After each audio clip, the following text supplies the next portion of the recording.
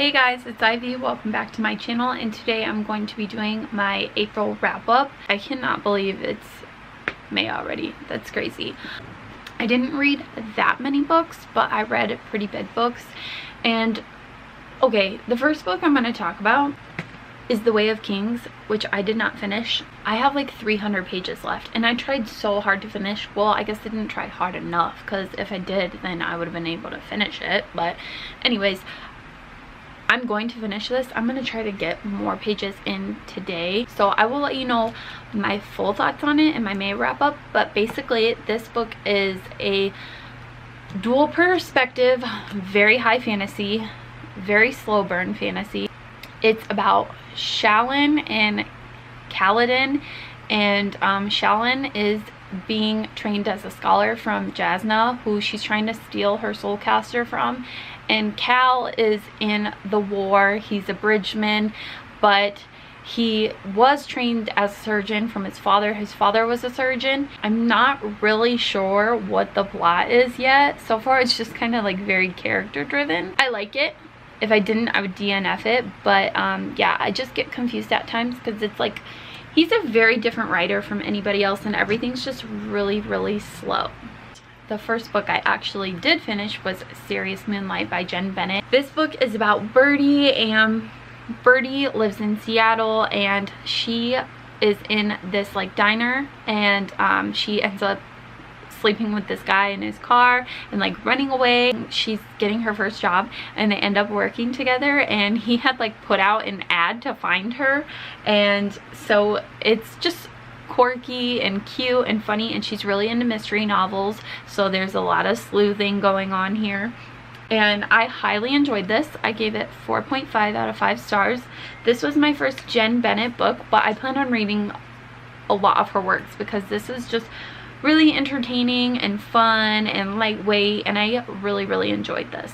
The next book I finished on audiobook, and that is Fire and Blood by George R. R. Martin, and I gave this 5 out of 5 stars. It was so good. Basically, this is 300 years before A Song of Fire and Ice, and this is in Westeros. It's about Aegon the Conqueror conquering the throne and just unraveling history from there. It's kind of like a maester writing what had happened in history with all those people, and it's a tale of Targaryen history, and I just really loved it. It was such a beautiful book, and I did listen to it on audiobook, which the audiobook narration is really good, so I do recommend that. I would also like flip through here because there's illustrations, and I really enjoyed those. They're beautiful illustrations. So definitely, if you're a Song of Fire and Ice fan, you're gonna love this. The next book I read on audiobook, and that is Furyborn. This was a reread for me. I was granted a wish list. Is that what it would be called? A wishbone? A wishing? I don't know.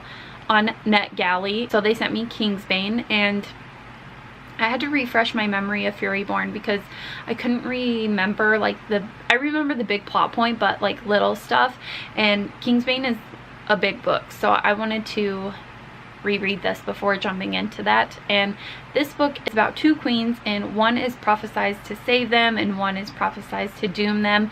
The thing is that they're in 2 different storylines, and you really don't know who's who at the beginning. The women in each chapter, Eliana and Rael, they're in 2 different timelines. So Rael is in the past and Eliana is in the present. I still enjoyed Rael's chapters more in my reread, so that stayed true.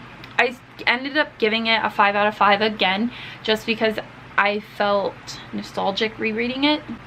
I did think it was a little long in my reread, if that makes sense. Like, I knew it was long the first time, but I don't know if that makes sense. Does that? Anyways, as I said before, if you're a Sarah J. Maas fan, I think you'll like this book. I'm excited to see what's going to happen in Kingsbane, so definitely going to be jumping in on that soon. Needing to Love You by Erin Riley, and this is the sequel to Hating to Love You. And Hating to Love You is Sophie and Rafe, and Needing to Love You is Kelsey and Carlos, and I like both stories. I can't pick one over the other. I think that book 1 is a lot of fun because you're getting introduced to everybody.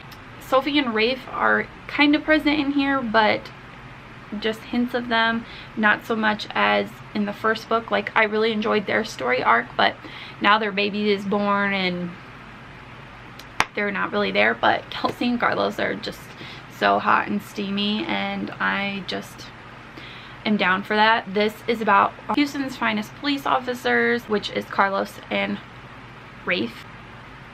There is a third guy coming in, a third partner, because Rafe was promoted, so now Carlos needs a new partner, and his name is Reese.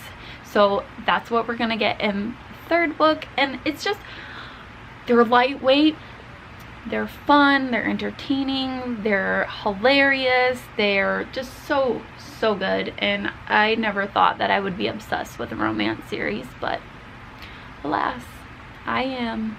Also read 2 more audiobooks this month.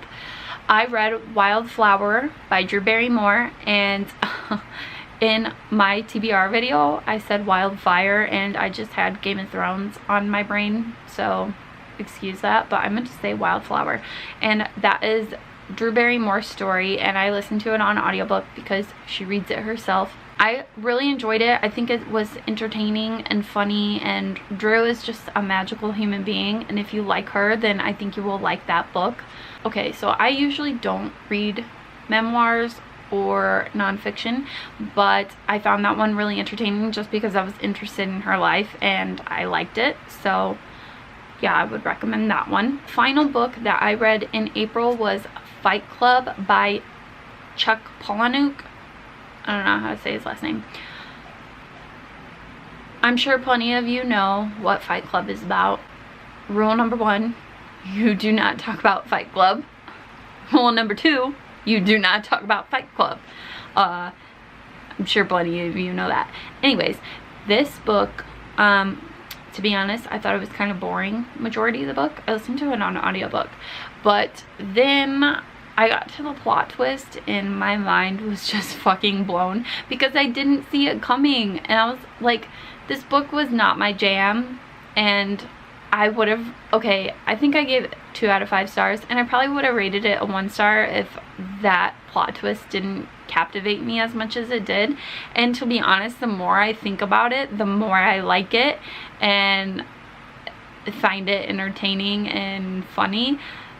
So after I finished the book, I wanted to compare it to the movie, so then I watched the movie, and it's like one thing reading it, but then when you see it on screen, you're like, this guy is crazy. So I don't want to recommend it because I'm like, it was kind of boring, but I want to recommend it because the plot twist, like, okay, the reason I read it is because on Books and Lala, she said that if you've never been spoiled for the plot twist in Fight Club, you should definitely read it. And I was like, okay, let me give this a shot. So I agree with that statement. If you've never been spoiled for the plot twist, pick that up or just watch the movie. But I think that it's more entertaining if you read the book and then watch the movie and then can compare the two, because it was pretty fun doing that. I liked it. It was fun. So maybe I'll do like a video of book to movie adaptations and you might see that in there. That is all of the books that I read in April. As I said, I didn't read that many, but I guess I read 4 books and I started 2 more because I started Clockwork Prince and The Way of Kings, and I almost finished The Way of Kings. Almost did. Anyways, let me know in the comments down below what you guys read in the month of April and what was your favorite book you read this month. I would have to say that my favorite book was probably Fire and Blood, but I also really liked Needing to Love You, but they're 2 completely different kinds of books. So yeah, if you guys like this video, please give it a big thumbs up and subscribe, and just have a beautiful day. See you when I see ya.